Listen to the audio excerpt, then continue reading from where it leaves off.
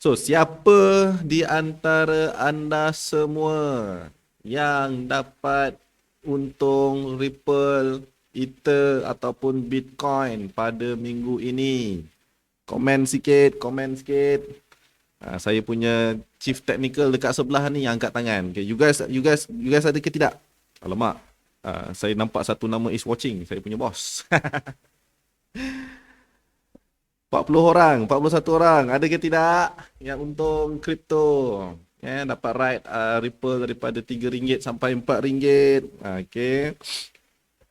Alhamdulillah kata apa? Okay, kalau kata bosan sangat nak tengok bursa, bolehlah lari ke pasaran kripto. Okay, kita dah mula nampak kata apa the change of behavior untuk majority of kata apa major crypto tu lah. Major crypto untuk sasul-sasul. Okay. Dan orang kata apa saya terbaca juga tadi. Okay, you all tahu kan Messi dah berpindah ke Paris Saint-Germain. Macam mana betul ke saya punya pronunciation tu? Paris Saint-Germain, PSG. Okay, dan apparently, ini saya tak tahulah sejauh mana kesahihan berita ni, tapi apparently dalam kontrak dia, okay, walaupun transfer fee tiada transfer fee antara Barcelona dengan PSG, tapi dalam kontrak Messi tu included cryptocurrency asset. Okay. Okay, so kita dah sampai kata apa the application ataupun the penetration, the usage of crypto asset, digital asset ni dah sangat luas lah basically. So sampai kontrak player bola pun dah termasuk dapat sekali crypto. Best tak best. Pandai juga siapa yang bagi ni. Bagi pula time tengah bullish. Kalau Messi pandai dia pergi jual. Dia tak tahulah macam mana coin apa yang dia dapat tu, kita tak tahulah. Okay. Untung RM1 Abang Azmi beli RM3 untung RM4 dah tu. Okay, alhamdulillah, power. Okay, bos untung, Amjad untung, Tuan Zubir pun untung. Okay.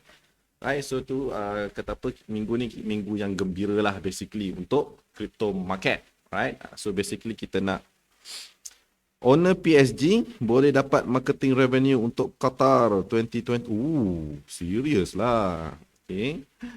Ni kalau kita nak sambung cerita sikit bola tadi tu, PSG dah mula jual dia punya jersey, okay, jersey yang ada number Messi dan nombor dia lah. Okay, about 150 copies, 150,000 copies sold within 7 minutes. Kalau tak silap dia punya collection the amount of money yang dapat tu lebih kurang 18 juta. Dan 18 juta tu dah lebih kurang separuh gaji beliau untuk setahun. Gila tak gila lah. Duit that absurd amount of money is being spent dalam bola punya atmosphere. Okay. But it's okay. Tu side topic. Alright. Sambil-sambil kita tunggu kata apa rakan-rakan yang lain datang. Waktu saya tengah membebel tadi tu bolehlah share patutnya. Okay. Tolong share kita punya bursa chat pada malam ni. Okay. Alright, so dah ada 50 orang, I think we can start. Okay.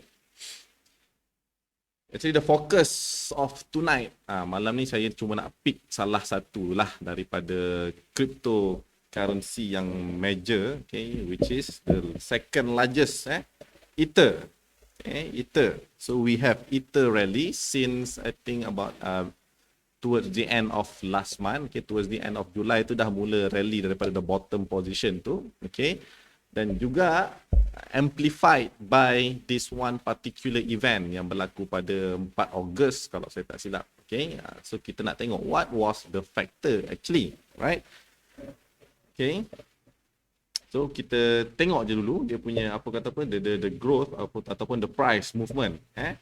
So kalau kita nak tengok from this point, okay, which is towards the end of July, okay, kita nampak kenaikan Ether ni sudah mencecah 77%. Yang ni kalau ikut USD punya ni lah.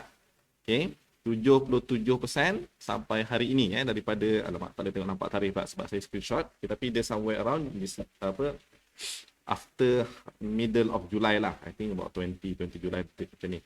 Tapi untuk kenaikan keseluruhan, okay, daripada year to date, okay, daripada 1 Januari 2021 Okay, Ether telah naik sebanyak 345%. Okay, dalam tempoh berapa bulan ni? 8 bulan 345%. Alhamdulillah. Tapi itulah, kalau yang hodl, memang kata apa, rezeki 300% dalam tempoh 8 bulan. Hodl, hodl to the moon. Okay, so ni untuk Ether. Dan kita nampak Ether punya movement ataupun Ether punya price volatility ni actually, okay, Bitcoin secara in both categories. You all tengok the same period yang saya tunjuk daripada bawah ni, okay, towards the end of July ni. Okay, Ether tadi 77%, okay, Bitcoin hanya naik sebanyak 54%. Dia tak adalah hanyalah 54% tu pun banyak sebenarnya. Okay, cuma nak cerita the extra momentum yang ada pada Ether. Okay. Tapi kalau kita tengok daripada awal tahun, okay, yang ini Bitcoin kalah teruk lah. Daripada 1 Januari sampai year to date, sampai hari ini 12 Ogos. Okay. Bitcoin hanya naik sebanyak 62%. Kita tengok yang sampai sini dah, yang atas ni tak, dah cerita lain. Okay, dah jatuh dah. Alright. Okay, ni in terms of orang kata apa, how the movement of Ether is much more better momentum daripada Bitcoin. Okay, so what is the defining factor? Okay, before that lah, kalau kata apa, mungkin sebahagian daripada pendengar kita pada malam ni mungkin tak berapa familiar lagi dengan cryptocurrencies. Okay, you all actually boleh revisit balik saya punya Bursa Chit Chat. I think the first one yang kita cerita pasal crypto, yang tu kita go into the details lah, blockchain tu apa, okay, kata apa, apa itu proof of work, apa itu nodes nak approve, kata apa, the puzzle dan sebagainya, gitu kita dah cerita dalam Bursa Chit Chat yang lepas. So you all boleh tengok balik lah. Okay, recording tu ada di YouTube, okay, YouTube Smart Saham. So okay, jangan ragu-ragu untuk subscribe. Okay, semua Bursa Chit Chat kita upload dekat YouTube, so you all boleh tengok at your own pace. Kalau kata malas nak scroll page Facebook sebab banyak sangat dah benda kita post kan, boleh go straight to YouTube, okay, untuk revisit balik. Alright. So bila kita tengok Ethereum, okay, Ethereum ni actually is the technology, the coin to Ether. The Ethereum is actually the one of the Bitcoin technology, then it is a programmable blockchain. Okay.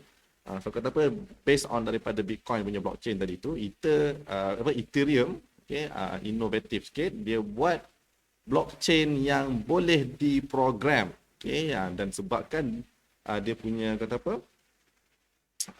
disebabkan dia punya programmable capability tadi tu, okay, banyak function lain, okay, yang programmers di luar sana boleh menggunakan platform Ethereum ni tadi. Okay, antaranya you boleh tengok dekat sebelah ni lah. Okay. ETH ni is the coin, okay, the currency Ether. Okay, dan adalah dia punya wallet. Ada dApps. dApps ni apa?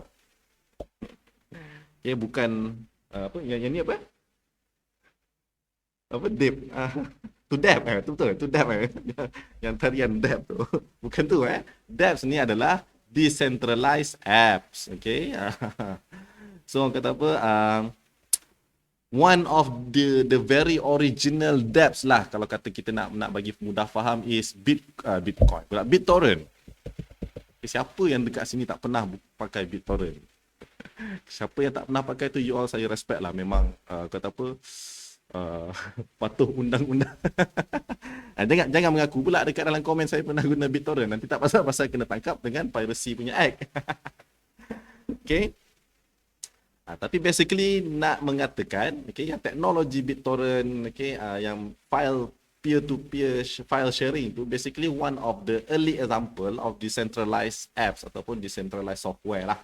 Okay, di mana dia tidak melalui kata apa, the big centralized data center. Okay, contoh macam kalau kata Facebook, Google apa semua pun, dia ada centralized server. Okay, ada centralized data center. Okay, yang tu kena lalu situ baru sampai kat kita.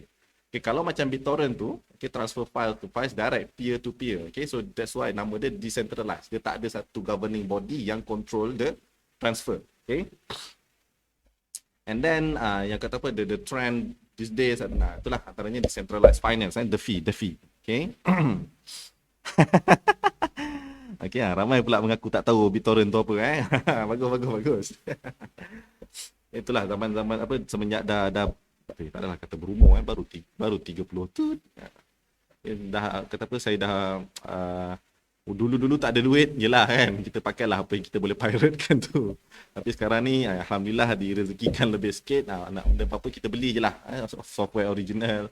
Nak tengok movie pun kita stream je lah, ada teknologi mudah dan menyenangkan. So dah kata apa settle lah bab-bab tu Alright. Okay, antara teknologi lain yang kita boleh apply kan the Ethereum punya blockchain ni tadi, okay, decentralized finance. Okay, yang ni actually memang the core reason kenapa Bitcoin originally created. Okay, tak nak kata apa the kalau cerita the backstory is the first reason the creation of Bitcoin tu actually disebabkan the subprime crisis tu. Okay, di mana bank-bank gergasi pun, the giant bank was also having a failure, bankrupt, tutup dan sebagainya. So bila mana kita punya finance system is also centralized dan ada risiko untuk jatuh, so that's how the idea of decentralized finance, dan Bitcoin dilahirkan lah pada waktu tu. Then non-fungible tokens and NFTs ni on its own pun topik yang menarik kalau nak cerita kan. Dia sangatlah di luar fikiran. Saya baca-baca nak memahamkan pun macam terlalu selagi tak involve dan tak buat dan tak own the NFTs tu, memang kata apa agak susah sikit nak grasp the concept. That apa tu cerita lain lah NFT tu. Dan juga lah adalah dia punya DAO dan sebagainya. Tak apalah, ni serba sedikit saja mengenai Ethereum. So basically Ethereum is the second largest cryptocurrency in the world after Bitcoin, in terms of market cap. You all boleh tengok dekat sini. Bitcoin data ni saya screenshot hari ni punya coin cap, tak silap nama website dia. So Bitcoin punya market cap 851 billion. Betul yalah billion. 851 billion USD. Dan Ethereum the second largest, not even half yet. But kata apa, bila kita baca-baca berita dan going forward, there are potentials yang mengatakan Ethereum could take over, could topple Bitcoin as the number one cryptocurrency lah. Right? And then the rest yang antara yang kita biasa nampak XRP, XRP nombor 6 at the moment. Dogecoin. Who would have thought apa coin yang diciptakan untuk sekadar suka-suka ni actually gain so much traction sampai dia actually jadi the 7th largest coin in the world. Dan you all boleh tengok dekat sini one thing yang agak menarik kita nak tengok ni, circulating supply. Yang ada air ni bermaksud supply-nya limited sampai satu masa bila fully mined, MINED, mining tu, I think Bitcoin 21 juta kalau tak silap, 21 juta ke 22 juta dia punya maximum coin in circulation yang allowed. Ether is actually unlimited. For now. Ether is actually unlimited for now. Cardano technology much more better than Ethereum. Thank you for your input, Tuan Izzat Amar. For those let me clarify first lah. Kita akan ada dua position lah dalam bila kita masuk dalam crypto market ni. Generally speaking. For those yang hanya nak trade the price volatility, without the need untuk faham all the technical things, all the jargon yang berlaku di sebalik setiap satu coin ni, dia tak nak ambil tahu tu sangat, dia cuma nak tahu mengenai price direction, dan the volatility. Dia boleh buat duit ke tidak? Whatever happen behind the scene, the technology, the blockchain, the mining, apa semua tu, itu satu group lagi yang lain, yang memang kata apa betul-betul master the crypto world. Sejujurnya saya berat ke sebelah yang traders ni tadilah. So I'm not really kata apa kalau kata Tuan Izzat Amal kata Cardano technology is better than Ethereum, saya kena buat research dulu baru saya tahu apa yang Tuan cakap. Okay, sebab ni saya just be honest lah. Okay, alright. So, okay, bila kita nampak berlakunya kenaikan harga Ether pada baru-baru ni, okay, dan sebenarnya almost every other major coins pun naik sebenarnya. Cumanya macam saya cakap tadi lah, the momentum is lebih kepada Ether, okay, disebabkan adanya satu satu event di mana yang event ni memberikan improvement lah basically kepada the Ether punya Ethereum punya teknologi tu, okay, alright. So event itu dikenali sebagai London Hard Fork. Tadi ada kata apa? Puan Afida ada komen dekat saya punya posting. Apa kena mengena pula kripto naik dengan garfu? Ini dia Cik Puan Afida. Okay, London Hard Fork. Ini diberi London tu sebab event tu berlaku di London. Okay. Hard fork ni basically is a term, a jargon dalam dalam dunia kripto ni, di mana satu blockchain tu dia akan split kepada two different chain. Okay, blockchain ada chain satu panjang kan. Okay, and then bila berlakunya fenomena hard fork ni tadi, dia akan split kepada dua. Okay, kenapa dia split ni? Untuk Ether adalah sebab dia. Okay, kalau contoh macam previous major hard fork yang lain, contoh untuk Bitcoin, yang terlahirnya Bitcoin Cash tu. Bitcoin Cash tu terlahir disebabkan Bitcoin punya hard fork. Okay, so it's a different technology applied to the new chain. Okay, so I think for Ether, itulah apa yang berlaku. Okay, the community wanted to improve on the technology yang sedia ada dalam Ether ni. Okay, one of the the term is EIP, Ethereum Improvement Proposal.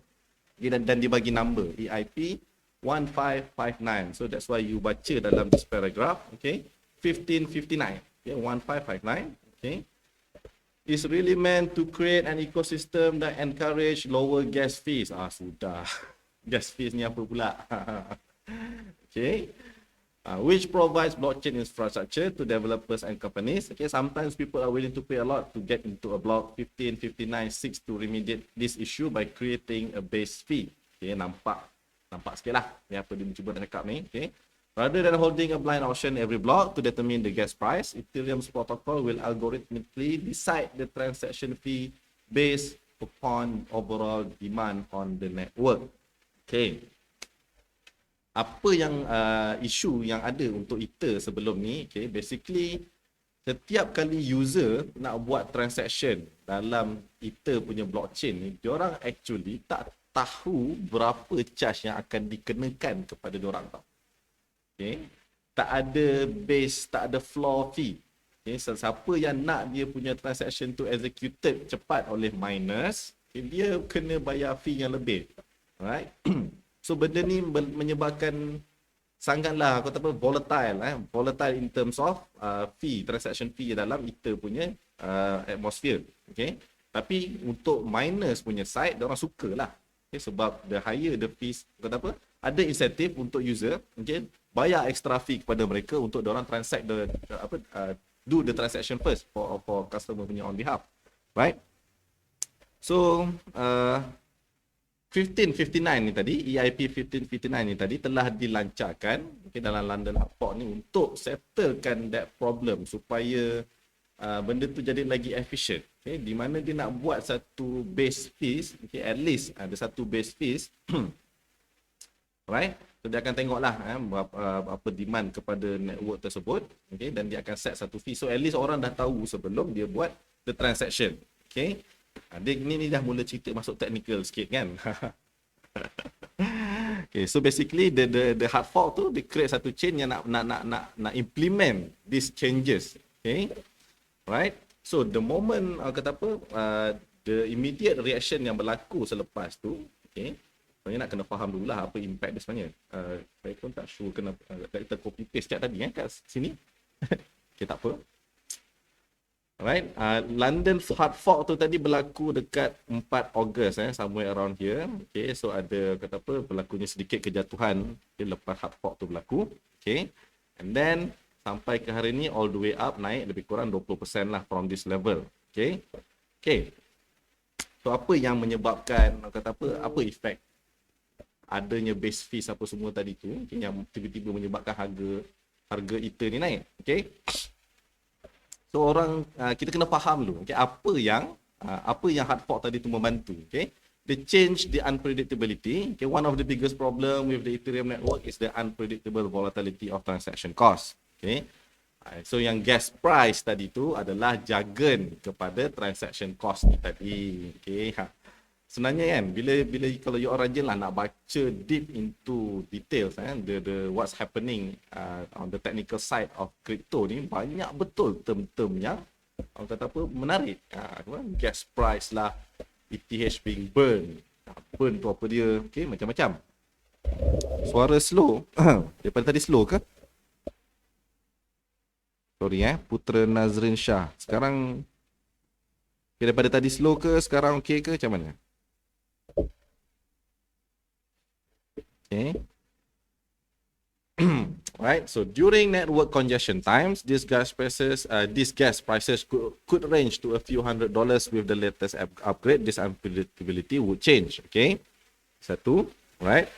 And then, okay, another problem yang ETH ada tadi, okay, macam saya highlight awal-awal, adalah the unlimited supply. Okay, sebab macam contoh Bitcoin ada limited supply. Okay, ETH, okay, Ether tak ada.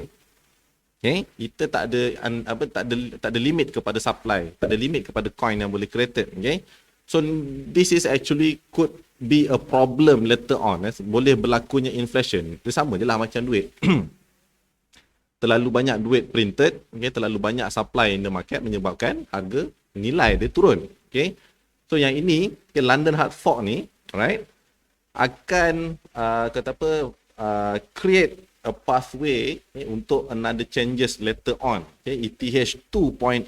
Yang 2.0 ni lah yang akan tukar something else pula, yang membuatkan ETH ni akan jadi limited supply. Okay, so ni faktor-faktor yang dah bagi positive sentiment. Okay, these two thing, okay, bagi positive sentiment kepada kepada Ether atmosphere tu tadi, right? So, okay, why hard fork upgrades are implemented? Okay, satu tadi itulah, sebab dah settle dua benda tadi tu, nak make it more efficient. Okay, dan awal-awal tadi yang saya cakap, orang the demand, the acception, penerimaan penggunaan kripto ataupun DeFi, decentralized finance ni tadi dah mula meluas. Okay, so Ether dengan these upgrades, okay, telah actually mendekatkan ataupun getting one step closer untuk jadi the preferred network kepada decentralized finance punya sistem ni tadi. Okay, so that's why bila nampak update-update ni akan push towards kepada berlakunya DeFi ni tadi, investor suka, the traders suka. So that's why itu yang turut membantu pergerakan harga Ether tu tadi, right? So basically that's the relation between hard fork tadi tu dengan pergerakan harga Ether yang naik. Okay, so kita kena faham macam tu je lah, sebab Ether ni, the Ethereum tu itself adalah the technology, the platform. Okay, so yang Ether ni tadi adalah currency. Okay, dan bila orang the platform tu itself provide a lot of things yang membuatkan currency tadi tu makin mudah untuk digunakan. Okay, chain reactionnya orang pun suka dan nilainya pun naik. Okay, so basically that's what happened lah dengan London hard fork ni, right? So far so good ke tuan-tuan dan puan-puan? Okay, if everything is okay, saya nak minum air sekejap lah. You all tengok iklan ni dulu boleh sekejap? Okay, alright. Oh, daripada tadi mikrofon ni tak mute mute Okay, so we are back, alright. Sekejap, mana nak next tadi? Okay, so berbalik kepada soalan, adakah dengan orang kata apa, all the interesting updates, okay, adakah Ethereum mampu menjadi pencabar kepada Bitcoin? Okay, as of now, kita dah nampak tadi Ether at the moment memang dah belum challenge pun lah lagi, okay, sebab market cap Bitcoin dah 856 bilion, Ether masih baru 300 lebih, okay, so not even half, belumlah kata sampai masa untuk mencabar, okay. Dan actually for us investors tidaklah, ataupun traders ni tidaklah kisah sangat pun siapa the leaders, cumanya bila kita tahu adanya that chance untuk dia fly all the way sampai mampu jadi challenges kepada Bitcoin, okay, maksudnya ada few hundred billions of gaps to be fulfilled, okay, that is something interesting for the traders, betul ke tidak?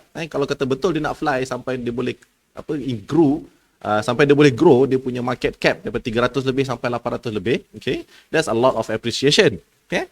So kita kata apa, we are hoping for that lah, unless macam other coins with better technologies, macam apa Tuan Izzat Amal tadi kata, okay, Cardano presumably ada better technologies, okay, daripada Ether, okay, we don't know that yet.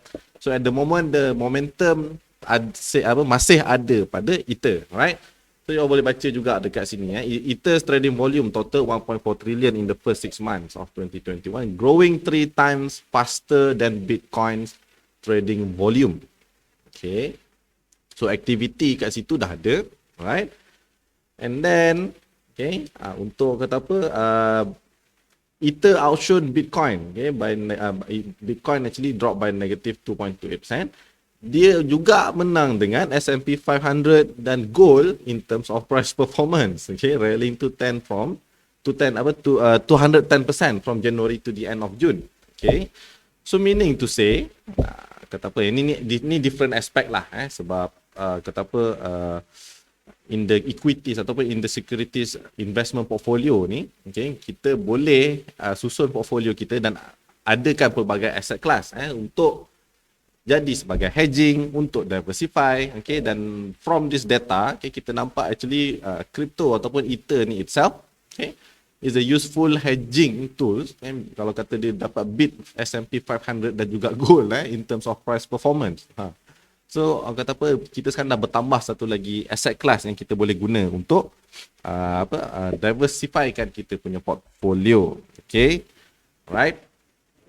And then the report cited the growth of Ethereum's decentralized finance DeFi ecosystem, okay, upcoming transition to proof of stake, and the EIP 1559 upgrade as reasons for Ether's impressive market performance so far this year.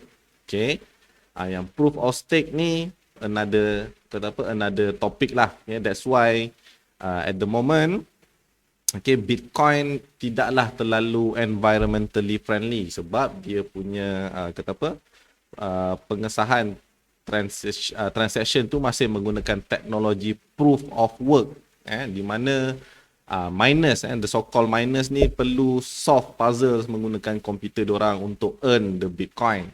Okay. Kalau kata macam Ether, Ether menggunakan proof of stake, okay, ataupun belum lagi ada upcoming, later on, okay, Ether ni akan jadi better in terms of energy utilization, okay, bila dia nak tukar kepada proof of stake punya konsep pula, okay, di mana instead of solving problems menggunakan supercomputers, okay, sampai habis graphic card dekat market sampai graphic card naik harga 3,000, ya Rabbi ya salam, orang nak buat PC, nak buat kerja pun susah nak cari, tak ada stok barang, okay. So bila dah pindah kepada proof of stake, okay, di mana miners tadi tu akan dapat approve transaction kalau dia ada coin untuk dia stake kan. Itulah lebih kurang, kalau nak cerita panjang memang kena satu topik satu lagi malam ni. Okay, alright, so I think that's pretty much it for Ether punya story. Okay, now antara berita-berita best yang lain yang berlaku dekat dalam crypto punya market adalah di mana XRP, okay, ramai traders dekat Malaysia ni ataupun at least within my circle yang trade Ripple juga XRP, okay. So dan kata apa, dalam kita punya close community, kita dalam group Wyckoff ni kita ada bincang-bincang lah. mengenai Ripple, okay, macam mana, yalah, mengenai Ripple dan XRP tadi tu, okay, dan projection analysis yang kita buat, dan alhamdulillah dia telah mengena kepada target price yang kita buat. Okay, tapi kalau nak cerita saya ataupun trainer-trainer yang lain yang buat, mungkin ada sedikit bias dekat situ. Okay, so apa saya nak kongsikan pada malam ini, bonus session, macam mana the student themselves. Okay, and this one saya ambil cerita daripada one of our alumni yang sangat rajin dan aktif berkongsi. Okay, the lady, Wyckoff lady, right? So macam mana dia buat analisis, okay, daripada harga RM3 ke bawah RM3 tu, okay, dan dia target at least boleh kena RM4, okay, right? So kalau kita tengok chart lah, Amjad cuba buka website sekejap, okay.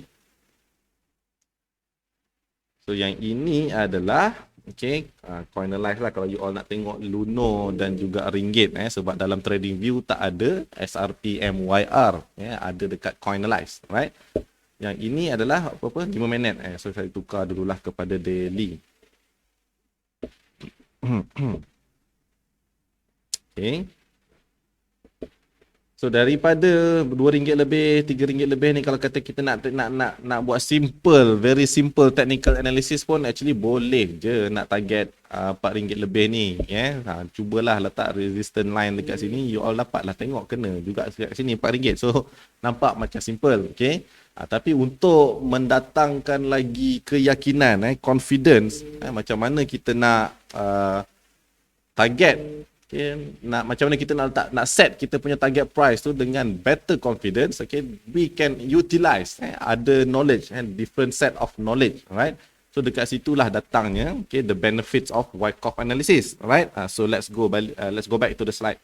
So yang ini kita punya tadi itulah the star alumni, Puan Afida, beliau telah tuliskan pun sebenarnya dekat Facebook, so you all boleh baca, jom kita baca sama-sama, okay. Right, alhamdulillah, seronok bangun pagi tengok SRP fulfill the target around RM4.50 or USD TradingView equivalent around USD 1.07. Okay, thank you. Alright, Julai 21st dah nampak sign of reversal trend, post chart dalam group, still berhati-hati in case nak turun. Okay, sebab masih dekat bawah lagi, masih dekat the reversal waktu ke atas tu. Okay, and then bila share dalam chat, okay, nampak Tuan Alwi pun ada kongsikan dia punya observation, okay. Siap calculate target price guna Wyckoff method around RM4, okay, dan since it fits with market structure, saya bias on it's going up, okay.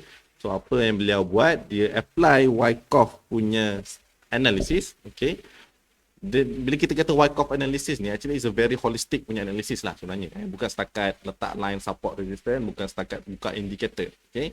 The understanding behind the movement of the price movement to itself, okay, yang akan bantu kita buat untuk bantu kita determine, okay, the direction of the price later on, okay. So itu yang beliau masukkan sebagai Wyckoff method, okay. As always, support all the way, coaching and guidance on what to look for, and reminder to adhere to trading plan in case of surprises. Okay, August 7, okay, naik sampai USD 80 sen. Okay, update dekat group, tunjuk chart dekat mana target price dia nak fulfill. Okay, kita pun beramai-ramai optimis yang boleh pergi RM4 ni. Alright, so malam tadi is the moment of truth. Alhamdulillah dia naik sampai RM4. Okay, telajak. Siap telajak lagi, okay. Akhirnya capai TP, okay. Alhamdulillah, 21 days after it was predicted, okay, it went exactly up to the target price, right.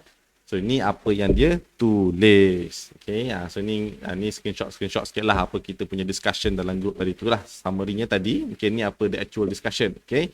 21 post chat, okay, ada discussion ada bos punya alumni lain punya soalan, okay, ada Tuan Alwi punya explanation, okay. Ni the chat dia, okay, alhamdulillah, alright. Okay, adakah dia nak fulfill PNF target? PNF ni apa? Okay, PNF ni equivalent to forgotten arts. Dia dah macam forgotten arts dalam trading saham, okay. Ramai je yang pakai, tapi tidaklah sefamiliar yang teknik-teknik yang lain, point and figure. Right? So kita menggunakan point and figure analysis ni untuk untuk cuba target dekat mana dia nak pergi. Exactly based on the okay, apa yang menyebabkan harga tu boleh naik sampai ke RM4. Okay, yang tu kita buat in-depth analysis menggunakan point and figure method. Alright, tadi lepas habis point and figure, okay, so kita dah cerita-cerita pasal point and figure, pun kita sambunglah, siap ada calculate point and figure macam nak pergi RM4, okay, wallahu alam tayor. So dengan mengira point and figure punya method tadi tu, okay, kita dapat roughly akan pergi ke harga RM4. So that's why datangnya confidence untuk kita buat prediction macam tu, okay.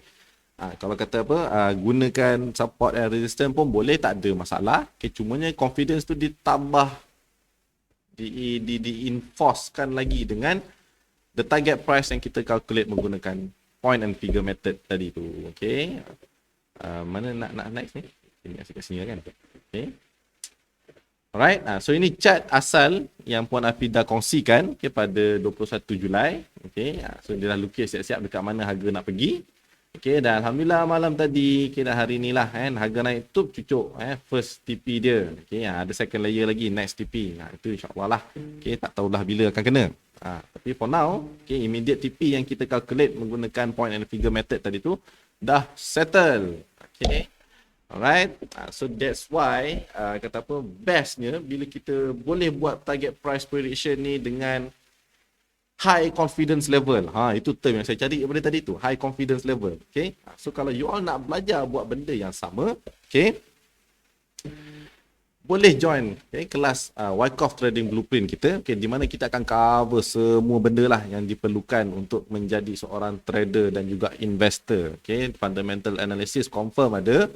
Okay, kita akan belajar valuation, macam mana nak verify ataupun justify, okay, target price yang dikeluarkan oleh analis tu ada basis ke tidak, ataupun nak counter check target price yang dikeluarkan oleh mana-mana pihak, okay, apa basis dia. So kita boleh apply ilmu valuation ni tadi, okay. Dan of course kita punya technical analysis, okay, akan cover from the basics of maksud candlestick, support and resistance, okay, indicators, Elliott wave, Fibonacci, okay, semua tu kita akan cover dalam technical analysis kita, okay. Dan juga yang paling mahal ni lah, the Wyckoff analysis to itself, okay.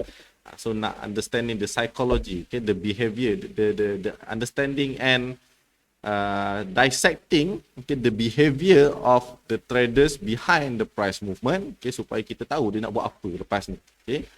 Dan kita akan juga diajarkan mengenai money dan mental management. Okay, sebenarnya kalau ikutkan daripada tiga ni pun penting juga, sebab biasanya orang kalah dengan emosi. So you all, okay, saya jemput untuk join bersama-sama dengan kelas kita, okay, akan bermula pada hari Isnin depan. Okay. Alright, so I think memandangkan kita pun dah sampai kepada penghujung program, so I will end my session here. Okay, thank you very much. Assalamualaikum warahmatullahi wabarakatuh.